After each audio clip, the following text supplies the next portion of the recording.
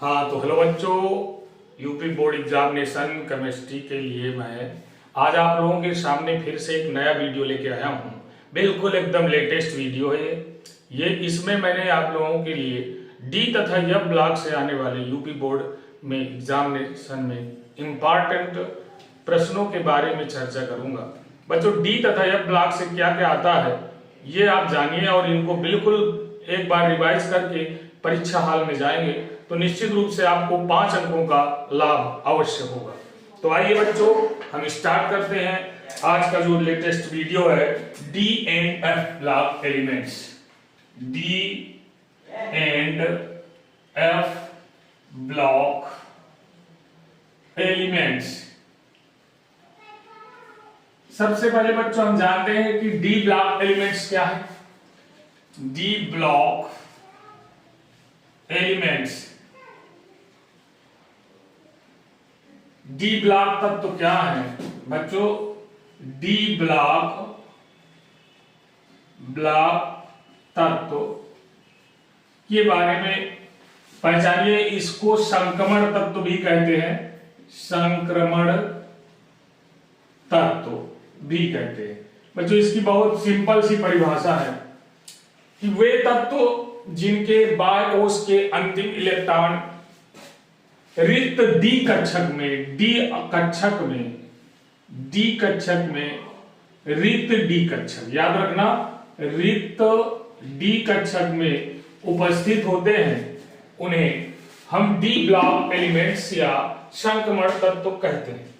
बच्चों, वैसे भी डी ब्लॉक एलिमेंट्स को 4 श्रेणियों में बांटा गया है।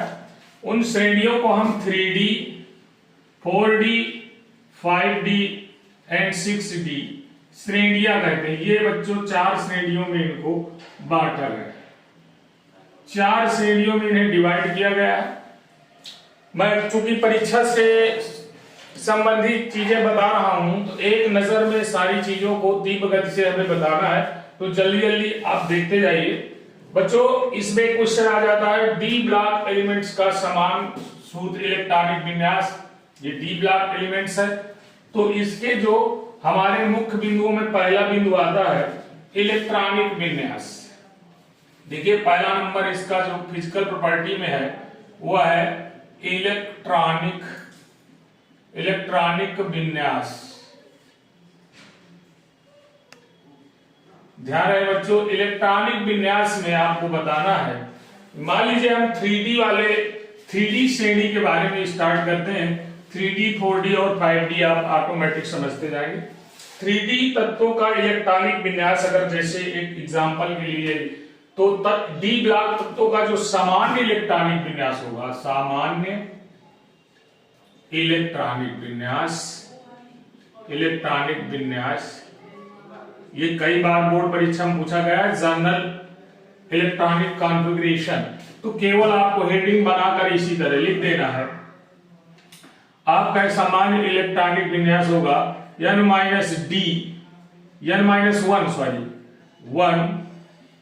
D1 to 10 ns2।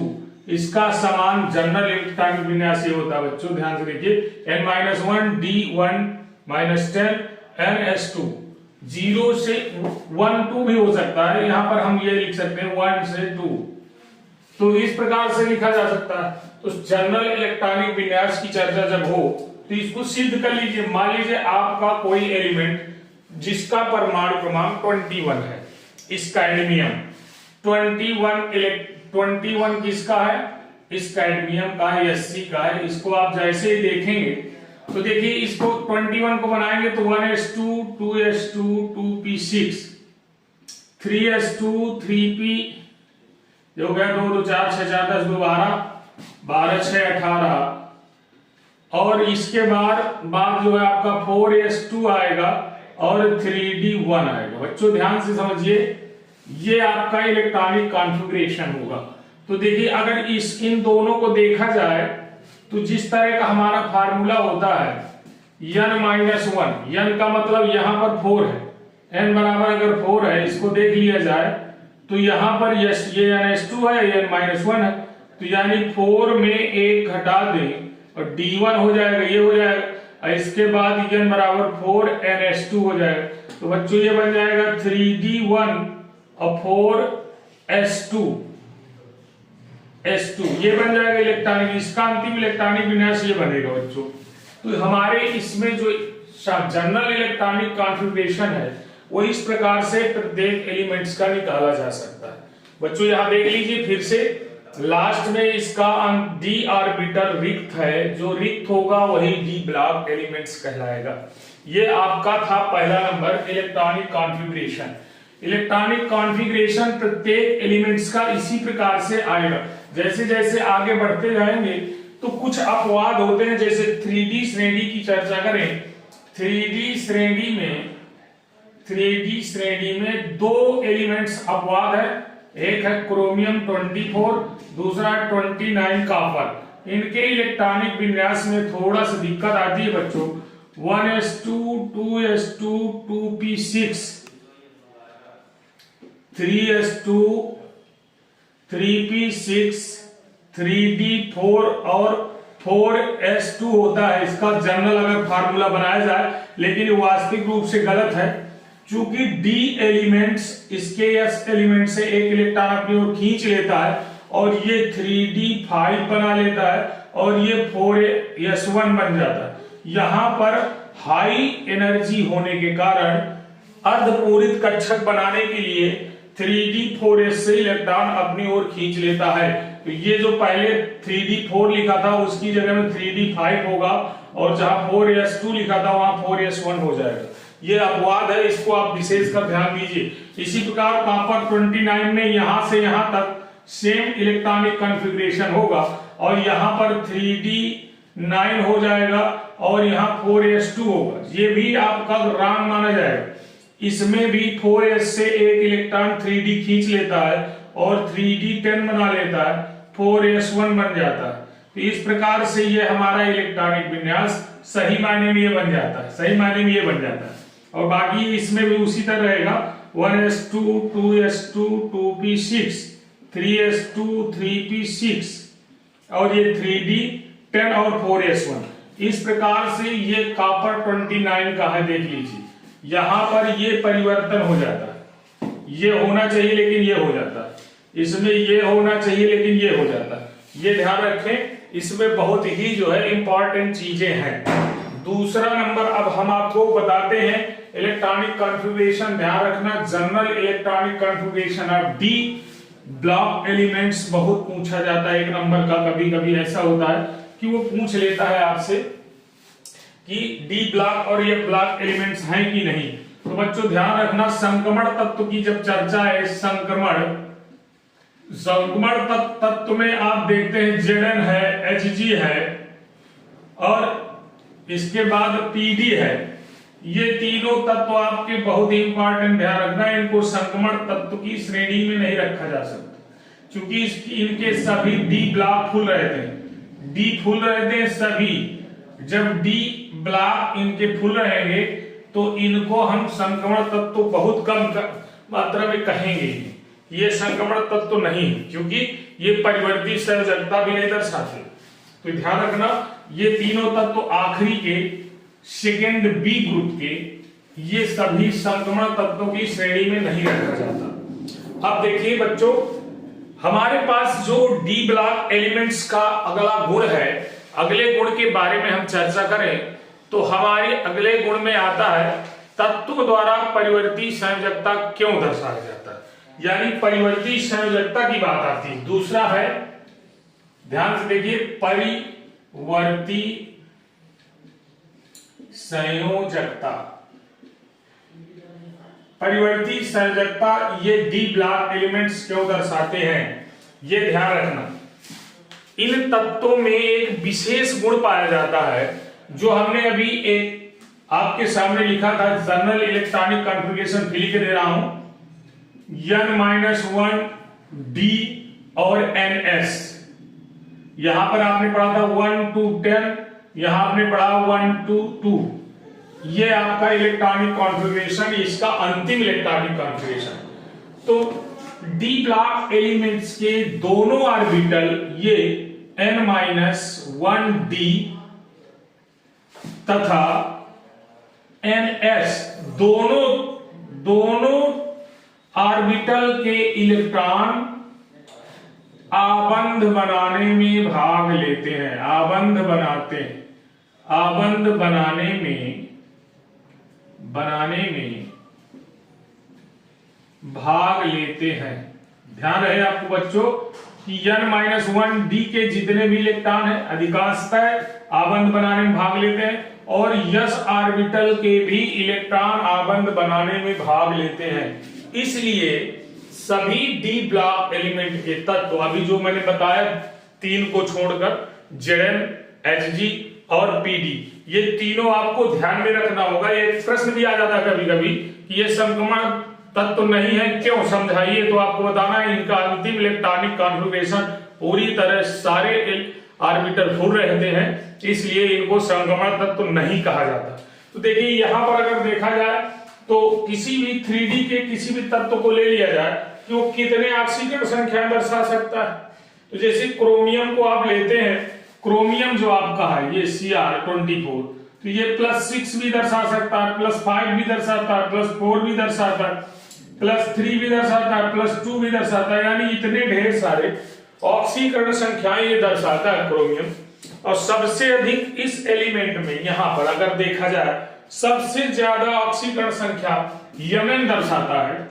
ध्यान रहे ये कभी कभी आ जाता है, Mn +7 भी दर्शाता है, +6 भी दर्शाता है, +5 भी दर्शाता है, +4, +3, +2, इतनी ऑक्सीकरण संख्या मैग्नीज आपकी इस ग्रुप के एलिमेंट में ऑक्सीकरण संख्याएं दर्शाता है। चूंकि इसके 7 इलेक्ट्रॉन जब +7 दिलाएगा तो इस D और S मिलकर 7 इलेक्ट्रॉनों की सहायता से किसी के साथ आबंध बनाते हैं। जितने इलेक्ट्रॉनों की सहायता से ये आबंध बनाएंगे ऑक्सीकरण संख्या उतनी ही दर्शाई जाएगी। ध्यान रखें, कोई भी एलिमेंट जैसे कोई किसी के साथ भी जितने बांडों के द्वारा वो आबंध बनाएगा उन आबंधों की संख्या को ही हम ऑक्सीकरण संख्या कह देते हैं। ये विशेषकर ध्यान देना, क्योंकि डी ब्लॉक में आप जानते हो डी ब्लॉक एलिमेंट ये है, मान लीजिए 1 2 3 4 और 5, ये सभी एक इलेक्ट्रॉन 5 तो इसके हो गए, और यस के भी आप जानते हैं एक इलेक्ट्रॉन होता है। अगर एक और हुआ तो ये छलांग लगाकर और आगे चला जाएगा, इधर आगे वाली कक्षा में चला जाएगा। तो यहां पर देखिए यस के बाद पी में चला जाए तो ये 7 इलेक्ट्रॉन हो जाएंगे। तो इससे भी कोई किसी साझेदारी करेगा, ये भी साझेदारी करेगा, ये भी साझेदारी करेगा, ये भी करेगा, ये भी करेगा और ये भी करेगा, ये भी करेगा। तो इस प्रकार से ये 7 लोगों से साझेदारी करेगा, 1 2 3 4 5 6 7, इसलिए इसकी ऑक्सीकरण संख्या +7 हो जाती है। किसकी? Mn की। तो बच्चों इस प्रकार से ऑक्सीकरण संख्या का गुण अगर कभी आ जाए, परिवर्ती ऑक्सीकरण संख्या कैसे दर्शाते हैं एलिमेंट्स, तो आपको ध्यान में रखना होगा कि डी ब्लॉक एलिमेंट्स के तत्वों के डी कक्षक N-1 डी कक्षक तथा NS कक्षक दोनों आबंध बनाने में भाग लेते हैं, इसलिए ये परिवर्ती संयोजकता दर्शाते हैं। तो बच्चों ये थी परिवर्ती संयोजकता की बात। अभी और मजा आएगी, देखते जाइए। जितने भी गुण हैं, लक्षण है, मैं चाहता हूं आज बहुत इस वीडियो में तीव्र गति से आपको बता दिया जाए, क्योंकि बोर्ड परीक्षा में 2 या 2 से अधिक लक्षण आपके परीक्षा में जरूर पूछे जाएंगे। अब बच्चों तीसरा गुण है जो इंपॉर्टेंट है, धात्विक गुण, धात्विक लक्षण या गुण। देखिए धात्विक गुण क्या है? Metallic properties. मेटालिक प्रॉपर्टीज में आपको ध्यान देना है कि जितने भी हमारे डी ब्लॉक एलिमेंट्स हैं उसके सबसे बाहरी ऑर्बिटल में या तो 1 इलेक्ट्रॉन होगा या तो 2 इलेक्ट्रॉन होगा। 1 या 2 इलेक्ट्रॉन उपस्थित होने के कारण ये मेटालिक लक्षण दर्शाते हैं। तो आपको ध्यान रखना है धात्विक लक्षण का प्रमुख लक्षण यही है, इन तत्वों के अंतिम कोश में या बाह्यतम कोश में, या इसी को कह सकते हैं वैलेंस सेल में, या अंतिम कोश का मतलब वैलेंस सेल है, उसमें 1 या 2 इलेक्ट्रॉन प्रेजेंट होने के कारण ये धात्विक लक्षण प्रदर्शित करते हैं।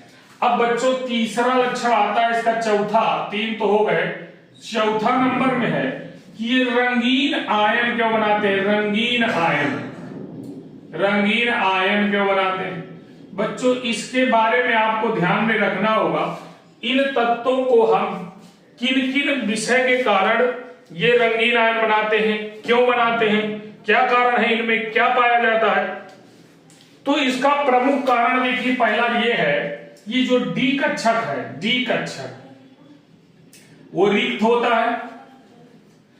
डी कक्षक रिक्त होने के कारण ये रंगीन आयन बनाते हैं।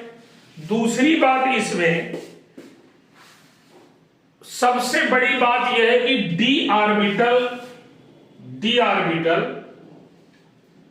स्प्लिटिंग कर जाता है, डी कक्षक का विपाटन हो जाता है। देखिए कैसे विपाटन, आपको पढ़ाया गया होगा सीएफटी में। विपाटन का मतलब जैसे ये कोई डी ऑर्बिटल है और इसकी जब कोई एनर्जी इधर उधर हुई तो ये दो पार्टीशन में चेंज हो जाता है। फर्स्ट पार्ट को आपको जानते हैं, ये दो ऑर्बिटल में टूट जाता है। यानी हम यहां कर, ये होगा D X Y, D Y Z, D Z X, D X square minus Y square और डी जेड स्क्वायर, ये 5 ऑर्बिटल हैं। तो जो ये डी जेड स्क्वायर और X square minus Y square दो ऑर्बिटल है, D X square minus Y square और डी जेड स्क्वायर, इनका स्प्लिटिंग होकर यहां पर ईजी बना लेते दो ऑर्बिटल, और दो ऑर्बिटल की एनर्जी 3 ऑर्बिटल से ज्यादा हो जाती। तो यहां एनर्जी इनकी कम हो जाने के कारण ये नीचे रह जाती। इनको कह सकते हैं D X Y, D Y Z और डी जेड एक्स। ये आपके T2G दो ग्रुप बना लेते हैं, EG और T2G। तो बच्चों जब ये इलेक्ट्रॉन छलांग लगाकर यहां जाते हैं या ये इलेक्ट्रॉन छलांग लगाकर नीचे जाते हैं, तो इनके बैकेंड में ये जो छलांग लगाते समय ये श्वेत प्रकाश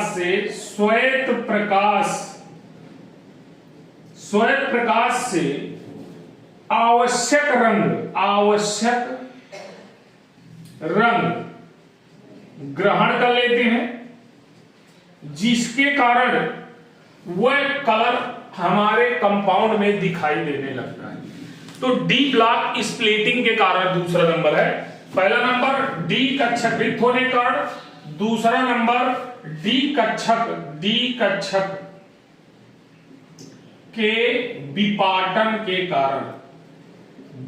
के कारण भी इसका जो है रंग कलर्ड हो जाता है। ये विशेष का ध्यान देना, ये दोनों कारण बहुत ही इंपॉर्टेंट, टू द पॉइंट लिखना।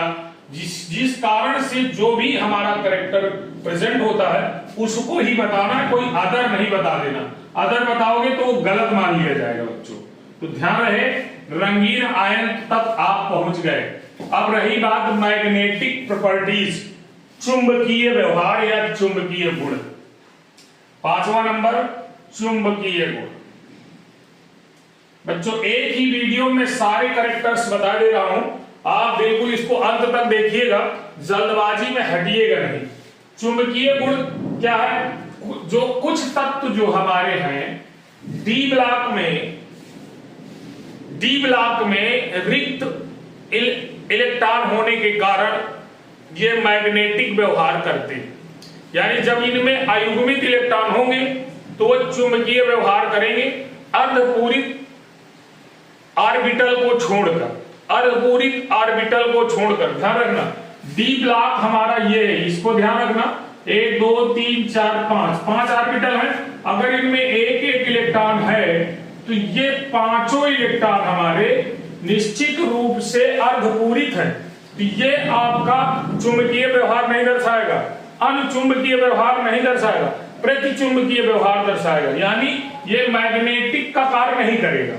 अगर इसके ऑर्बिटल में कहीं भी 5 से कम इलेक्ट्रॉन है, यानी 1 है 2 है 3 है 4 है 1 खाली है, तो ये अर्धपूरित नहीं है, अपूर्ण इलेक्ट्रॉन कहलाते हैं। यदि ये अर्धपूरित या पूर्ण पूरित हो तो ये पूरी तरह चुंबकीय व्यवहार नहीं दर्शाएगा। ये प्रतिचुंबकीय होगा। अगर अर्धपूरित है यानी अपूर्ण कक्षक है तो चुंबकीय व्यवहार दर्शाएंगे। तो डी ब्लॉक अधिकांश डी ब्लॉक रिक्त कक्षक वालों को ही हम डी ब्लॉक एलिमेंट्स कहते हैं या संक्रमण तत्व कहते हैं। तो जो रिक्त कक्षक वाले एलिमेंट्स हैं वो निश्चित रूप से मैग्नेटिक प्रॉपर्टीज दर्शाएंगे। इनके मैग्नेटिक लक्षण को भी आप निकाल सकते हैं इनके अयुग्मित इलेक्ट्रॉनों की संख्या के आधार पर। या गुण निकालने के लिए हमारे पास फार्मूला होगा mu under root n+2 BM. BM का मतलब बोर मैग्नेटॉन, इसकी यूनिट होती है चुंबकीय आघूर्ण की बोर मैग्नेटॉन। ये कई बार विकल्प में आया कि चुंबकीय आघूर्ण का मात्रक है, 1 नंबर का एमसीक्यू क्वेश्चन आया तो आपको बताना बोर मैग्नेटॉन। तो बच्चों जहां n अयुग्मित इलेक्ट्रॉनों की संख्या, किसी भी एलिमेंट का मैग्नेटिक प्रॉपर्टी में चुंबकीय आघूर्ण की वैल्यू निकालना हो तो आप सरलता से इस फार्मूले का यूज कर सकते हैं। स्मॉल n का मान है अयुग्मित इलेक्ट्रॉनों की संख्या। इस प्रकार से हम चुंबकीय गुण को खत्म करते हैं। चुंबकीय गुण के बाद बच्चों हमारे पास उत्प्रेरकीय गुण होता है। 6वां नंबर उत्प्रेरकीय गुण। तो डी ब्लॉक तत्वों के सभी तत्व लगभग उत्प्रेरकीय गुण प्रदर्शित करते हैं। चूंकि इन तत्वों में उत्प्रेरकीय गुण प्रदर्शित करने के लिए परिवर्ती संयोजकता का दर्शाना प्रमुख है।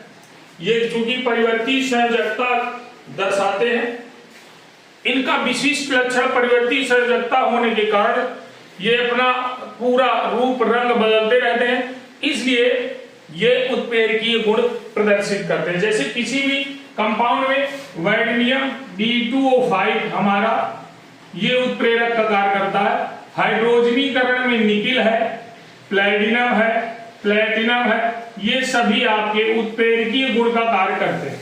तो ये जो एलिमेंट्स है आपके उत्प्रेरक की भांति भी कार्य करते हैं।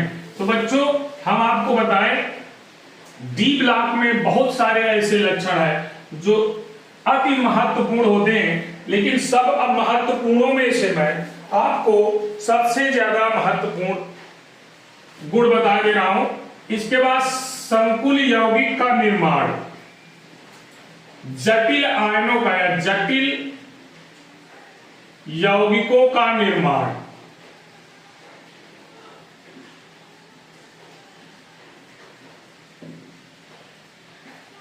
तो बच्चों ये भी इसका 7वां लक्षण है।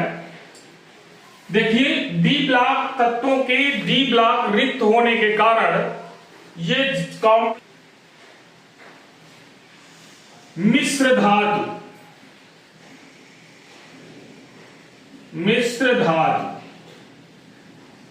इन सभी तत्वों की त्रिज्याओं में बहुत बारीक अंतर होता है।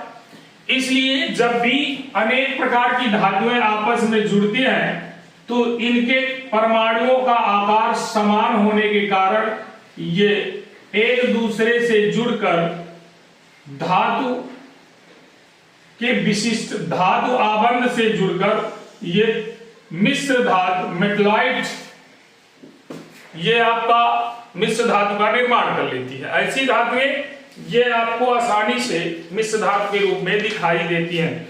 और एक गुण है, आपको एक और बता दें, 9वां लक्षण जो है आपका वो है आपका अंतराकाशी यौगिक। अंतराकाशी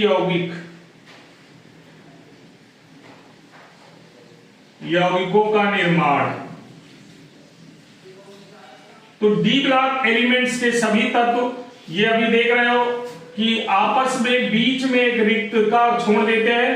अगर इनकी रिक्तिकाओं में कोई छोटा परमाणु जैसे हाइड्रोजन है, लिथियम है, हाइड्रोजन, लिथियम, नियान, इस तरह के हीलियम, छोटे छोटे परमाणु आके यहां शिफ्ट हो जाए, इनके अंतराकाशी स्थान में प्रवेश कर जाते हैं और अंतराकाशी यौगिकों का निर्माण हो जाता है।